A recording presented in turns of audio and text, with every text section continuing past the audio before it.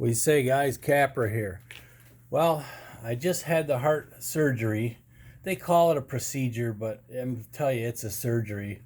It was way worse and way scarier than either of the two hips or even the pins in my foot a long time ago. So, anyways, I've been out of pocket, but I wanted to do an update because I've been getting harassed by a personal individual, and I'll explain here in just a minute. But the three updates I want to give you are the surgery, which went pretty well. The doctor thought it went well. High risk of blood clots here for the next 3 months. We got to do some follow up, but it seems to be good. Fingers crossed so far. The next topic is carbon footprint. So while I've been in here when I'm awake and stuff, I've been answering a few comments, and one particular gentleman's been kind of harassing me. And I don't mind disagreements. I don't mind disagreements at all. It's good to have open discussion. But when you start accusing and when you start pointing fingers and accusing people of something that's not true, or accusing them of trying to pretend they're something that they aren't, that's kind of when I draw the line. And forgive me, I got to pause it a few times because I'm still a little short of breath. But anyways, this guy who's arguing with me, which was fine, about carbon footprint and Roundup. But then he starts accusing me, basically says that I'm basically pretending that I care for the land, and I'm basically self-centered and forget about everyone else. I think that was his quote, forget about everyone else. Now I'm not all about machines. Well, that's just simply not true. I'm going to give you some examples here. So let's just start with the Branson, the tractor. I've had it for a year now, and I got about 140 hours on it. So if you do the math, that's roughly 11 hours per month. Okay, so you look at, in 11 hours per month over the last year, what we've accomplished for wildlife between our Project 211 and our Illinois farm. Well, they both were in Illinois. But anyways, we put in 6 brand new food sources in an area with a lot of deer with no food sources other than cash crop. That's the only food sources that were really nearby. So I put in clovers, wheat, oats, triticales, or whatever you could, however you pronounce them. Yeah, I'm still on medication. Brassicas, all kinds of good stuff. Perennials that come back with the clover mix, 3 and 4 clover mixes. And yes, I did 1 corn, and the beans didn't work.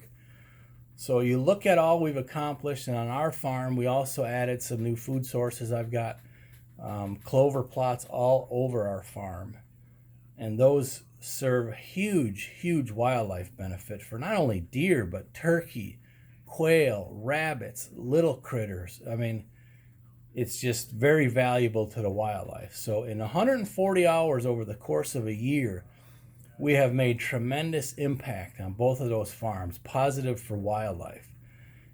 So the common sense argument I'm going to make here is that I believe that one city family, one with kids and 2 cars, has a much bigger carbon footprint than we do, even though we own right now 350-ish acres.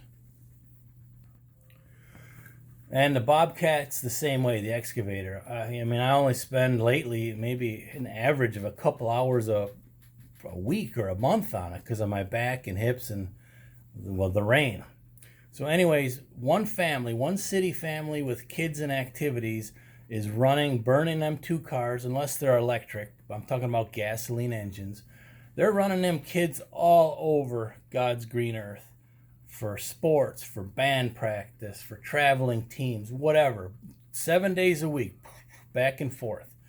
I know this because we had kids and we lived kind of out in the country, and it was a pretty good haul, but not only into town to our local school, but then traveling teams and such. So think of it that way. You know, I've got a tractor, an excavator, the Polaris. You guys see every time I ride it. I mean, I basically videotape all I use it. Not that I have to justify any of this to anyone, first of all, because I'm confident enough in my manhood. I know who I am. I do what I say what I mean, and I follow through to the best of my ability. You know, my body holds me back. But I don't have to justify any of it, but I am because I'm bored and I'm sitting in the hospital. And I think it'll be an interesting topic. So back to the family. You got a family running around in a city, and then you multiply that by 50,000 families in a small city. I'm not talking Chicago. I'm talking about small towns like Appleton, Wisconsin, you know, those kind of towns with 40, 50,000 people. You multiply the carbon footprint. And here the Kappers have about 350 acres of land, operate machines on a day average, probably 30 minutes a day average between all of our machines. So now you tell me who's got the biggest carbon footprint. And speaking of carbon footprint, habitat loss is the worst of anything, which I'm going to get to Roundup next. So that's the other thing he said. He said, you're using Roundup and all these machines and you claim that you care for the animals. You're just being selfish with all your machines. Well, Roundup is a chemical, of course, but you think about all the other chemicals we use in our society. Any chemical will cause damage if used improperly or overused. You can die from gasoline. You can die from diesel fuel, motor oil, hydraulic oil. Every single person watching this video, I would bet, has used chemicals. Well, it's just a fact of life, but if you've ever sprayed ants, if you've ever sprayed wasp nests, if you ever put out mouse bait, poison, whatever, alcohol, if you drink, it's all chemicals, but used in moderation has a purpose.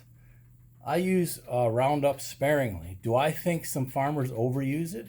Yes, I do. But they are raising cash crops, i.e. cash crops. Their goal is to make cash. So they're inching every dollar out of that ground, not necessarily caring for the ground. Some do, some don't.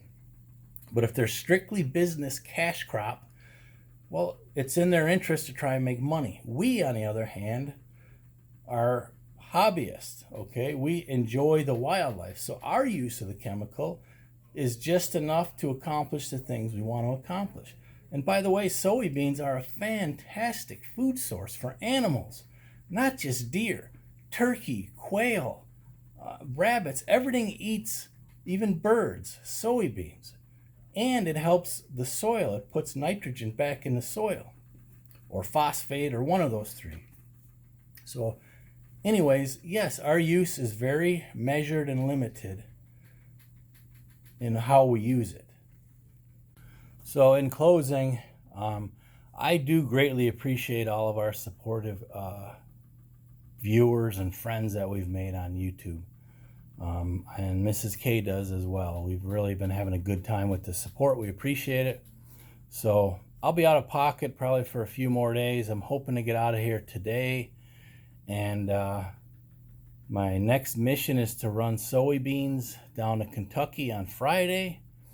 I can't lift more than 5 pounds.